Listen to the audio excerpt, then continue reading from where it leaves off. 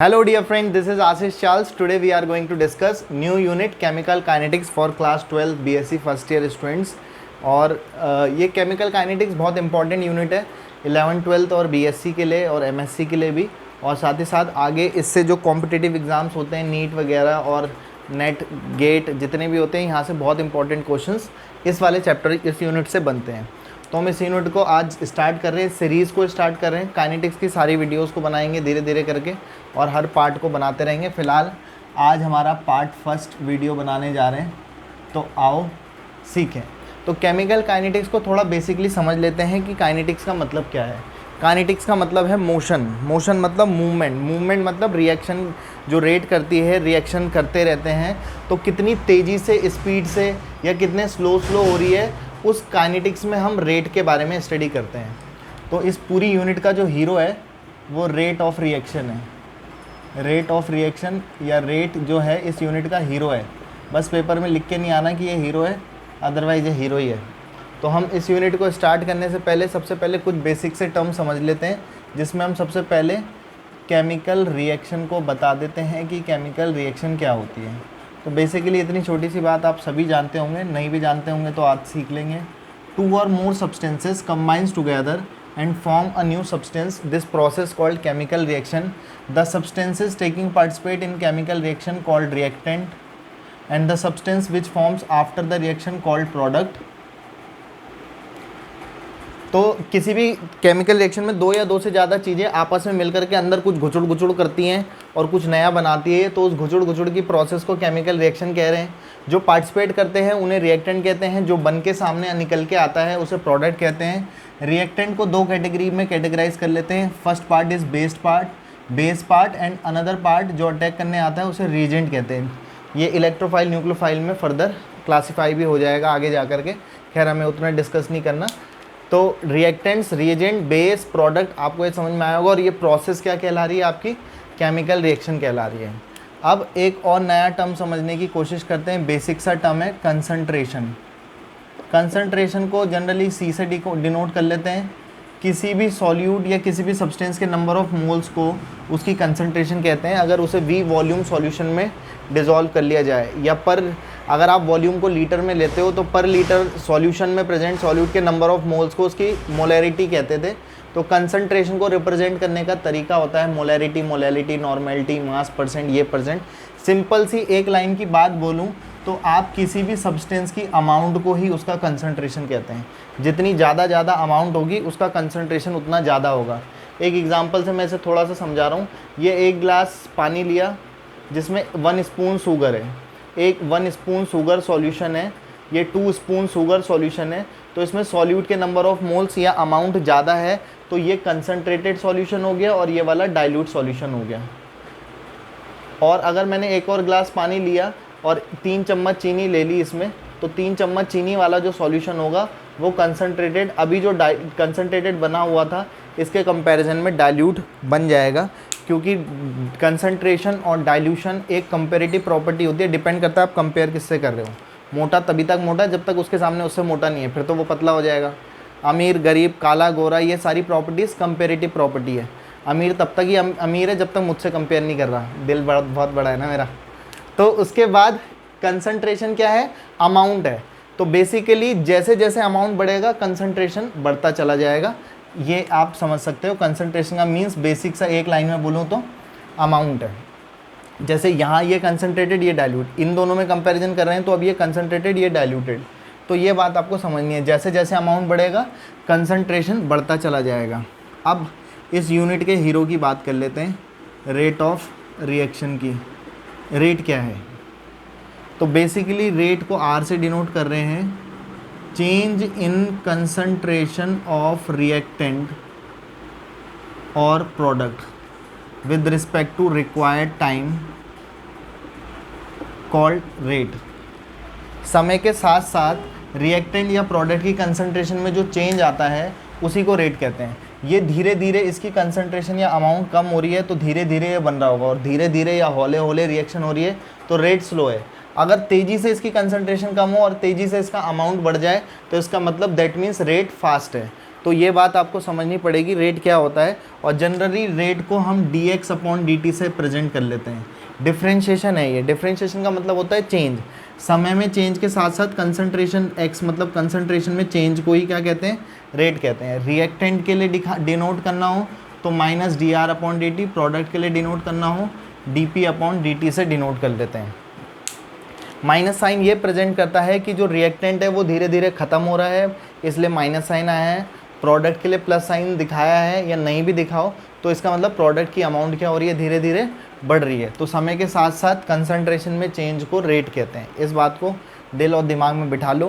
Concentration की unit mole से, तो मोल तो ये रहती है, वॉल्यूम लीटर में जनरली लेते हैं तो मोल पर लीटर, तो ये इनकी कंसंट्रेशन है। जो भी चीज़ ब्रैकेट में लिखी है कंसंट्रेशन है, ये कंसंट्रेशन है। तो यूनिट क्या हो जाएगा आपका, मोल पर लीटर, और टाइम के लिए करेंगे तो मोल पर लीटर पर सेकेंड। ये आपका रेट ऑफ रिएक्शन की यूनिट हो जाती है। इसके बाद एक इम्पॉर्टेंट चीज़ हम डिस्कस करने वाले हैं, स्टोइकियोमेट्रिक रेशियो। इस पे बेस्ड न्यूमेरिकल टाइप क्वेश्चन पूछे जाते हैं, इसको अभी बताते हैं। फिलहाल पॉज करके स्क्रीनशॉट ले लें या कॉपी पेन पकड़ लें, पॉज करके नोट करते रहें।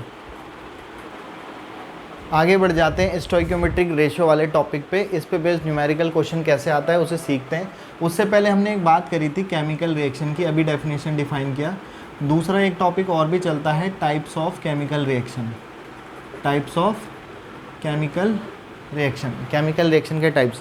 वैसे तो केमिकल रिएक्शन के दुनिया भर के टाइप हैं, exothermic, endothermic, reversible, irreversible, elementary reactions, complex reactions, तो substitution, addition, elimination, rearrangement, there are lots of types of chemical reaction are present, but in case of chemical kinetics unit we have only 3 types of chemical reaction।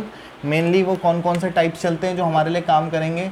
एक होती है very slow reaction, दूसरी होती है आपके पास slow moderated reactions, and third one is very fast और instant reaction. ये 3 टाइप ये भी चलते हैं। इस टॉपिक पे अभी आ रहे हैं। वेरी स्लो, ऐसी रिएक्शन जो बहुत स्लो होती है, बहुत स्लो मतलब बहुत ही स्लो होती रहती है, जिन्हें कंप्लीट होने में ही महीनों सालों लग जाते हैं। कहीं पता लग रहा है बंदे ने पीएचडी करने बैठा है, पीएचडी ख़त्म नहीं हो गई, पीएचडी ख़त्म हो गई, उसकी केमिकल रिएक्शन ही ख़त्म नहीं हुई, तो किसकी स्टडी करेगा वो। तो वेरी स्लो रिएक्शंस की स्टडी कंप्लीटली या ढंग से या एग्जैक्टली नहीं कर पाते, अप्रॉक्सीमेशन मेथड से कर लेते हैं हम, बट एग्जैक्टली हम इनको स्टडी नहीं कर पाते हैं। दूसरी बात आती है वेरी फास्ट और वेरी इंस्टेंट रिएक्शन। इंस्टेंट मतलब तुरंत हो गई, पता भी नहीं चला, माइक्रो सेकेंड्स में सारा काम हो गया। एटम बम फटा, आप स्टडी करने गए थे तब तक आप खुद भी फुटा गए, तभी भी आपको कुछ समझ ही नहीं आ पाया, इतनी तेज़ी से रिएक्शन हो गई, आपको कुछ भी पल्ले नहीं पड़ा।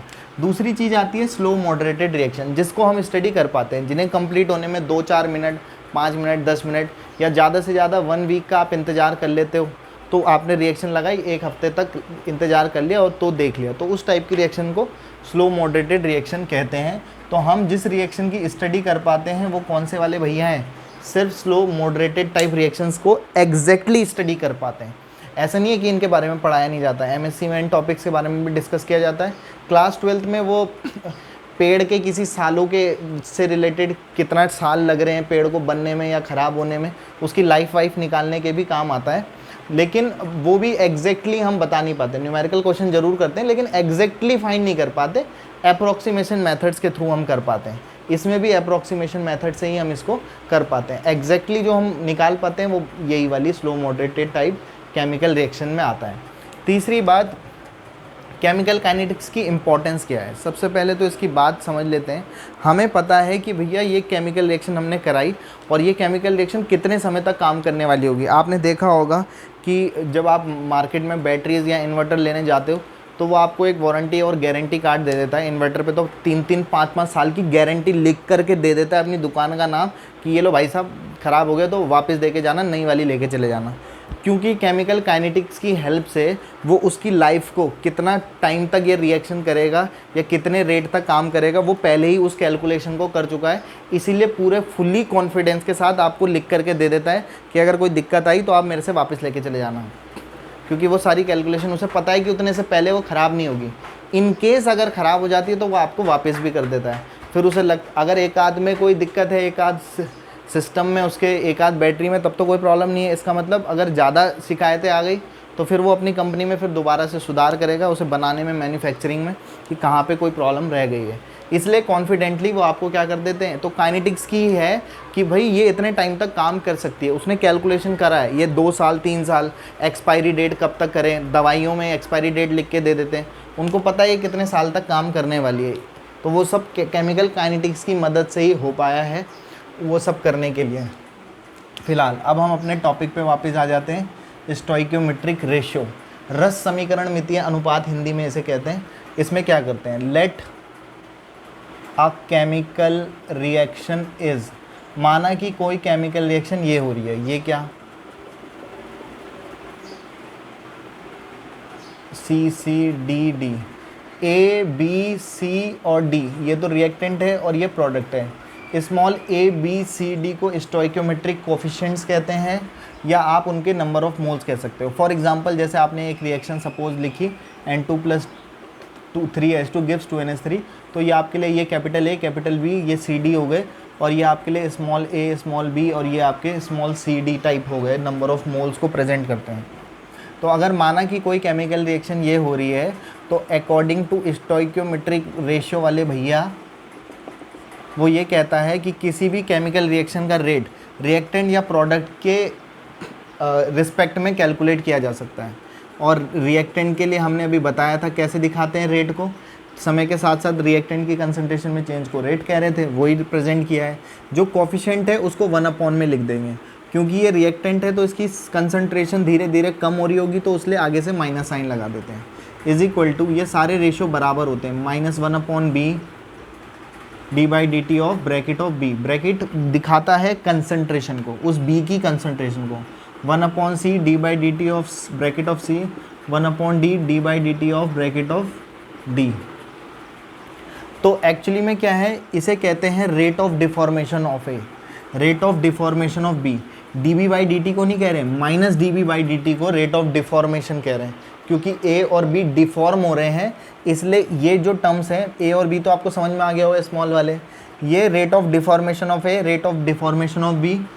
यहाँ पे प्लस साइन क्यों है, माइनस साइन क्यों नहीं है, क्योंकि हम अच्छे से जानते हैं सी और डी ने फॉर्म होना है, तो rate of formation of C rate of formation of D को प्रेजेंट कर रहा है। तो ये टर्म बिल्कुल क्लियर रखना है कि रेट ऑफ डिफॉर्मेशन क्या है, रेट ऑफ फॉर्मेशन क्या है, क्योंकि इसी पे बेस्ड एक न्यूमेरिकल टाइप क्वेश्चन आता है, वो क्वेश्चन हम बनाने की कोशिश करते हैं। आओ सीखें। कैलकुलेट रेट ऑफ डिफॉर्मेशन, वो कुछ और वर्ड भी यूज़ कर सकता है, कंजम्पशन भी कह सकता है। Rate of deformation of H2 and rate of formation of NH3 in a given chemical reaction, दी गई केमिकल रिएक्शन में rate of deformation of H2 और rate of formation of NH3 निकालो। If rate of deformation of N2 is 5 × 10⁻⁶ mole per litre per second. उसने बोला है rate of deformation, तो rate की unit अभी हमने बताई थी मोल पर लीटर पर सेकेंड होती है, तो कई बार यूनिट से भी चीज़ें पता चल पाती हैं। और गिवन केमिकल रिएक्शन ये दे रखी है, N2 + 3H2 गिव्स 2NH3। अब आप ये बताओ, ये अमोनिया बनाने की हैपर प्रोसेस है, अमोनिया फॉर्म हो रही है, N2 ने ख़त्म होना है, डिफॉर्म होना है, H2 ने डिफॉर्म होना है, और NH3 ने फॉर्मेशन होना है NH3 का। तो इतना तो आप क्लियर होंगे कि क्या डिफॉर्म हो रहा है, क्या फॉर्म हो रहा है, उसी के अकॉर्डिंग उसने न्यूमेरिकल क्वेश्चन भी पूछा है आपसे। तो पॉज करके स्क्रीनशॉट ले लें या नोट कर लें, मैं आगे बढ़ जाता हूँ इस क्वेश्चन को डिफाइन करने के लिए। तो ये क्वेश्चन होगा स्टोइकियोमेट्रिक रेशियो से। तो अकॉर्डिंग टू स्टोइकियोमेट्रिक रेशियो, ये रेशियो क्या कहता है, किसी भी रिएक्शन का रेट कैसे कैलकुलेट कर सकते हैं। अगर यहाँ देखूँ तो यहाँ कुछ नहीं है, तो अंडरस्टूड है कि 1 है, तो क्या लिख सकते हैं, -1/1 d/dt of bracket of N2 is equal to -1/3 d/dt of H2 और is equal to 1/2 d/dt of NH3। मैंने अभी आपको कुछ पहले इसी से जस्ट पहले कुछ समझाया था, तो इतना आपको समझ में आया होगा। ये है rate of deformation of N2, ये है rate of deformation of H2 और ये है rate of formation of NH3। तो आपको क्या गिवन था अकॉर्डिंग टू क्वेश्चन, देखें तो rate of deformation of H2 given था, सॉरी कैलकुलेट करना है। इसका मतलब -d/dt ऑफ H2 आपको निकालना है। ये बातें आपके दिमाग में होनी चाहिए, आपको करना क्या है। दूसरा rate of formation of NH3 calculate करना है, दैट मीन्स आपको d/dt ऑफ NH3 आपको कैलकुलेट करना है। और क्या दे रखा है, rate of deformation of N2, इसका मतलब N2 डिफॉर्म हो रहा है, तो rate of deformation of N2 5 × 10⁶ mole per litre per second, ये डिफॉर्मेशन दे रखा है आपको। इसका मतलब आपको इसकी वैल्यू दे रखी है, इसकी वैल्यू और इसकी वैल्यू आपको कैलकुलेट करनी है। तो now according to first and second ratio, this and this will be equal, ये दोनों के दोनों इक्वल होंगे। और इसकी वैल्यू -d/dt ऑफ N2 की वैल्यू 5 × 10⁶, इसकी जगह ये लिख दिया, अपॉन 1 लिखूँगा, इसका मतलब तो 1, ये 1 अपॉन में लिखूँगा तो उसका कोई फ़र्क नहीं पड़ रहा है, वो वैल्यू इतनी रहेगी, is equal to -1/3 d/dt of H2। आप सॉल्व करोगे तो आपको -d/dt ऑफ H2 निकालना है, तो 3 की मल्टीप्लाई यहाँ कर लोगे तो कितना आ जाएगा आपके लिए, 15 × 10⁶ mole per litre per second is equal to -d/dt of H2। तो आपने कैलकुलेट कर लिया, -d/dt of H2 is equal to 15 × 10⁶ mole per litre per second, क्योंकि रेट है तो रेट की यूनिट हमेशा यही होती है। दूसरा, अब आपको क्या निकालना है, दूसरा rate of formation of NH3, यानी कि ये कैलकुलेट करना है। तो now according to first and second ratio, -d/dt of N2 is equal to 1/1 तो 1 ही हो गया, और d/dt ऑफ NH3 और 1/2 भी है, 2 की मल्टीप्लाई यहाँ हो जाएगी, और इसकी वैल्यू कितनी है, 5 × 10⁶ mole per litre per second into 2 is equal to d/dt of NH3। तो d/dt of NH3 is equal to कितना हो जाएगा, 5 × 2 = 10, 10 × 10⁶ कितना हो जाएगा, 10⁷ is equal to d/dt of NH3। आपको अगर ऐसे में अच्छा नहीं लिखता तो आप इसे ऐसे भी लिख सकते हो, d/dt of NH3 will be equal to 10⁷ mole per litre per second, unit भी लिखोगे। तो होप आपका ये क्वेश्चन भी सॉल्व हो गया होगा। तो पॉज करके स्क्रीनशॉट ले लें और नेक्स्ट क्वेश्चन में आगे बढ़ते हैं, साथ साथ नोट करते रहें कॉपी पेन पकड़ के। अब हम नेक्स्ट टॉपिक पे आगे बढ़ जाते हैं, molecularity and order of reaction. Hindi में इसे आणविकता कहते हैं, इसे कोटि कहते हैं। अभिक्रिया की कोटि या आणविकता के बारे में समझाओ। तो एक एक करके एग्जाम्पल से समझने की कोशिश करते हैं, आओ सीखें। H2 + Cl2 gives 2HCl, H2 + I2 gives 2HI, PCl5 gives PCl3 + Cl2, PCl3 + Cl2 gives PCl5, CH3CO C2H5 + HOH, HOH मतलब H2O वाटर है, ईस्टर है ये, COOR, ईस्टर का हाइड्रोलिसिस करते हैं तो कार्बोक्सिलिक एसिड बनते हैं COH वाले, और एल्कोहल बनते हैं C2H5OH। ये आपके कुछ एग्जांपल है, एक एग्जांपल और लिख रहा हूँ मैं यहाँ पे। सुक्रोज है ये, C12H22O11, इसका आपने हाइड्रोलिसिस कर दिया तो C6H12O6 + C6H12O6, ग्लूकोज भैया और फ्रक्टोज भैया 2 बनते हैं। ये है सुक्रोज, सब कार्बोहाइड्रेट्स हैं। तो इस रिएक्शन में सबसे पहले इस टर्म को क्लियर कर लेते हैं, अभी इसको लास्ट में समझाएंगे।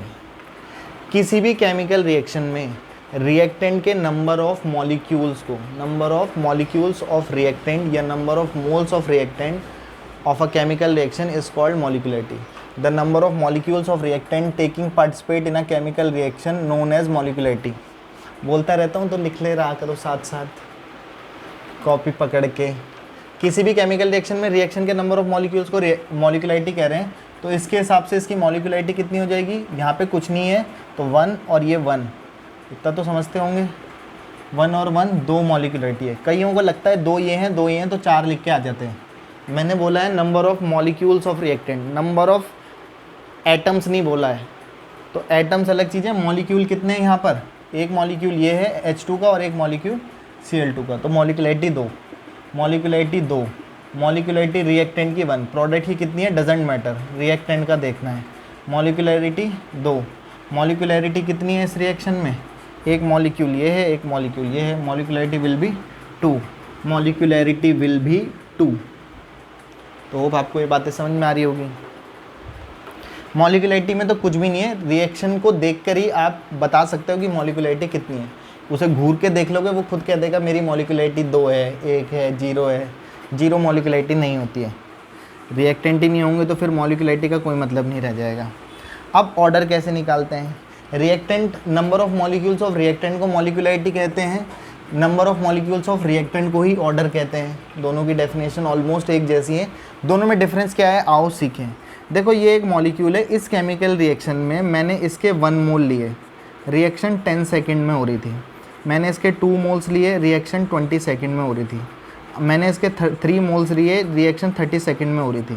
आपको समझाने के लिए लिखाया जा रहा है, वहाँ लिख के मत आ जाना कि ऐसा होता है, पता नहीं कितना चेंज करने पे कितना चेंज होता होगा। मतलब मैं इसकी कंसंट्रेशन में चेंज कर रहा हूँ तो इसके रेट क्या हो जा रहा है, चेंज हो जा रहा है। ये मॉलिक्यूल ऐसा है जिसकी कंसंट्रेशन में चेंज करने पर रेट पे फ़र्क पड़ रहा है, लेकिन इसकी कंसंट्रेशन में चेंज करने पर कोई फ़र्क नहीं पड़ रहा।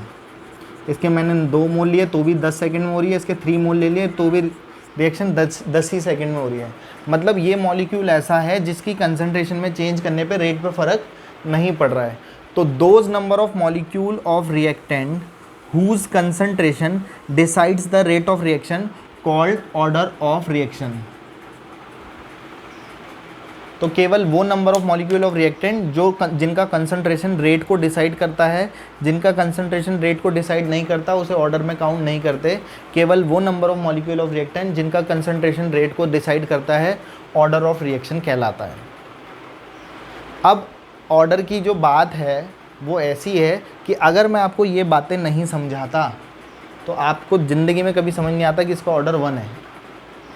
एक्चुअली ऑर्डर और मॉलिक्यूलरिटी में जब हम डिफरेंस वाला क्वेश्चन करेंगे तो वो सबसे पहली बात यही कहता है कि मॉलिक्यूलरिटी तो रिएक्शन को देख के बता सकते हैं, लेकिन ऑर्डर एक्सपेरिमेंट से ही बता सकते हैं। तो ये एक्सपेरिमेंटल डेटा के बाद मैंने ये सब बातें कही है। जितने भी ऑर्डर से रिलेटेड जितने भी क्वेश्चन वो काइनेटिक्स में पूछता है वो आपको ज़रूर से ज़रूर कुछ ना कुछ एक्सपेरिमेंटल डेटा प्रोवाइड करता है, तभी वो आपसे ऑर्डर का क्वेश्चन करता है। क्योंकि ऑर्डर और मॉलिक्यूलरिटी का सबसे बड़ा डिफरेंस है कि मॉलिक्यूलरिटी देख के कैलकुलेट कर सकते हैं, ऑर्डर को एक्सपेरिमेंट से ही कैलकुलेट किया जाता है। लेकिन फिर भी ये कुछ कॉमन से एग्जाम्पल इतने कॉमन है कि कभी भी पूछ लेता है, वो बिना एक्सपेरिमेंटल डेटा के भी पूछ लेता है। तो आपके सामने ये जो एग्जाम्पल लिखे हैं, कुछ एग्जाम्पल अपने जहन दिमाग में बिठा लो, चाट लो कि कभी ना कभी काम आएंगे। इसकी ऑर्डर होता है 0, इसकी कंसंट्रेशन में चेंज करने पे रेट पे फ़र्क नहीं पड़ता। इस रिएक्शन का ऑर्डर भी 0, इस रिएक्शन का ऑर्डर 1, मॉलिक्यूलरिटी भी 1 है, इस रिएक्शन का ऑर्डर भी 2 है, इस रिएक्शन का ऑर्डर बता ही दिया 1। ये और ये दोनों एक जैसी हैं, मॉलिक्यूलरिटी 2 है लेकिन इस रिएक्शन का ऑर्डर भी 1 आता है। केवल यही मॉलिक्यूल की कंसंट्रेशन में चेंज करने पर रेट पर फ़र्क पड़ता है। तो इसका ऑर्डर भी कितना हो गया आपके लिए 1। तो होप ये बात आपको समझ में आ गई होगी। ऑर्डर और मॉलिक्यूलरिटी में डिफरेंस बिना एक्सपेरिमेंट के बता नहीं सकते, बट कुछ एग्जांपल्स हैं जो आपको डायरेक्ट याद रख सकते हो। और बाकी जब हम न्यूमेरिकल टाइप क्वेश्चंस पे आगे बढ़ेंगे तो हम कुछ इन्फॉर्मेशन क्वेश्चन से ही हासिल कर लेंगे, क्योंकि वो एग्जांपल के साथ बोलता है कि ये इस ऑर्डर का है, तो याद भी रखना है कि कौन सी वाली रिएक्शन किस किस ऑर्डर की रिएक्शन है। तो होप आपको मॉलिक्यूलरिटी और ऑर्डर में डिफरेंस समझ में आ गया होगा। इस पूरी यूनिट में जो सबसे इंपॉर्टेंट बात चलती है वो आज के बाद मॉलिक्यूलरिटी और ऑर्डर पे ही घुमा घुमा करके पूछता है और मोस्टली ऑर्डर ऑफ रिएक्शन पे बात करता है। तो होप आपको एक क्लियर हो गया होगा। किसी को बाकी किसी के पेट में कोई दर्द हो तो बता दें, I can give you Hajmola candy. बाकी जी लो अपनी। हाँ, एक चीज़ और रह गई इसी एग्जाम्पल में, देखो इसमें मॉलिक्यूलरिटी 1 है, ऑर्डर भी 1 है, लेकिन वो केमिकल रिएक्शन जिनका ऑर्डर तो 1 होता है लेकिन मॉलिक्यूलरिटी 1 नहीं होती है। 1 नहीं होती मतलब कुछ भी हो सकती है, जैसे ये ऑर्डर 1 है, मॉलिक्यूलरिटी यहाँ 2 है, ऑर्डर 1 है, मॉलिक्यूलरिटी 2 है। तो ऐसी रिएक्शंस जिनकी, ये दोनों ही एग्जाम्पल हैं, ऐसी रिएक्शन जिनका ऑर्डर तो 1 आता है लेकिन मॉलिक्यूलरिटी 1 नहीं आती है, ऐसी रिएक्शन को स्यूडो यूनिमॉलिक्यूलर रिएक्शन कहते हैं। स्यूडो यूनिमॉलिक्यूलर रिएक्शन कहा जाता है। यूनी मतलब यूनिक, यूनिक मतलब 1, जिनका ऑर्डर 1 होता है उन्हें स्यूडो यूनिमॉलिक्यूलर रिएक्शन कहते हैं। बट मॉलिक्यूलरिटी 1 नहीं आनी चाहिए। तो जैसे इसमें ऑर्डर 1 तो है लेकिन मॉलिक्युलरिटी भी 1 है, तो ये स्यूडो नहीं है। लेकिन ये दोनों की दोनों एग्जाम्पल स्यूडो यूनिमोलिकुलर रिएक्शन के एग्जाम्पल हैं। हिंदी में छद्म एक अणुक अभिक्रिया कहते हैं। बाकी इसी के साथ जी लो अपनी ज़िंदगी। नेक्स्ट क्लास में पियेंगे आप लोगों का खून। Have a good day, good bye, good night, शुभ रात्रि, शब्बा खैर, टाटा, सी